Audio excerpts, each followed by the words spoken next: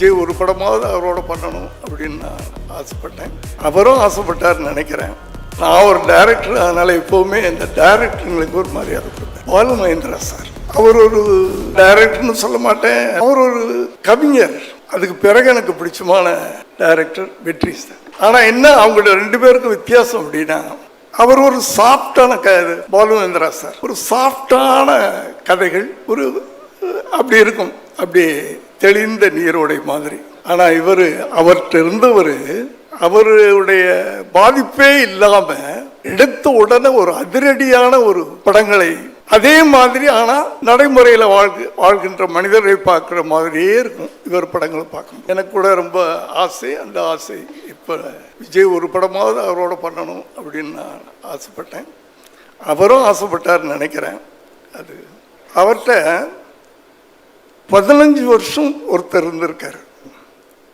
நிச்சயமா அந்த பாதிப்பு இல்லாமல் எப்படி இல்லை, ஆச்சரியப்படுறதுக்கு ஒன்றுமே இல்லை. இந்த படத்தை பார்த்த உடனே நீங்கள் வெற்றி அசிஸ்டண்ட்டா கரெக்ட் அப்படின்னு சொன்னாங்க எல்லாரும். நான் படம் பார்க்கல. நிச்சயமாக அந்த பாதிப்பு இருக்கும். ஏன்னா 15 வருஷமாக அவர்கிட்ட நீங்கள் இருந்திருக்கிறீங்க. இது ஒரு சின்ன உதாரணம்.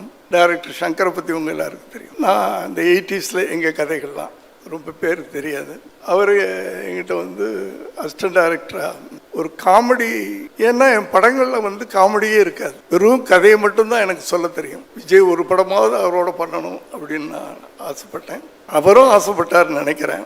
நான் ஒரு டைரக்டர், அதனால் எப்போவுமே இந்த டைரக்டருங்களுக்கு ஒரு மரியாதை கொடுப்பேன். பாலு மகேந்திரா சார் அவர் ஒரு டைரக்டர்னு சொல்ல மாட்டேன், அவர் ஒரு கவிஞர்.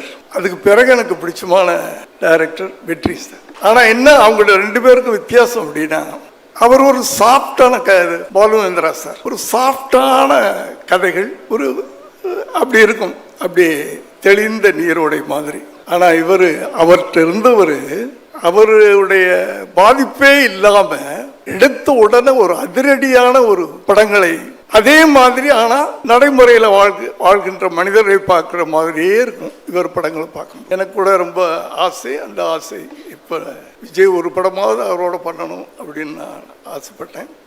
அவரும் ஆசைப்பட்டார்னு நினைக்கிறேன்.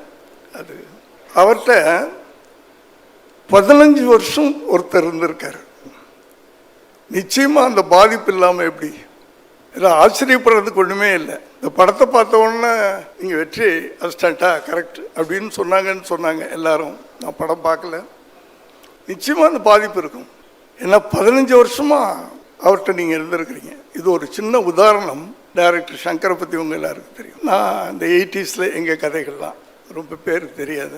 அவர் என்கிட்ட அசிஸ்டன்ட் டைரக்டராக ஒரு காமெடி, ஏன்னா என் படங்கள்ல காமெடியே இருக்காது, வெறும் கதையை மட்டும்தான் எனக்கு சொல்ல தெரியும். பிஹார் நோட்ஸ் பெருமையுடன் தயாரித்து வழங்கும் மூன்வக் திரைப்படத்தின் ஆடியோ ஜனவரி 4 ஞாயிறு மாலை 4 மணி அளவில் சத்யபாமா யூனிவர்சிட்டி சென்னையில் நடைபெற உள்ளது. உங்கள் டிக்கெட்ஸை BookMyShow, District ticket 9 மற்றும் கின் ஆப்களில் ஆன் ஸ்கிரீன்ல தெரிகிற வாட்ஸ்அப் நம்பர், வெப்சைட் மூலமாக புக் செய்வோம்.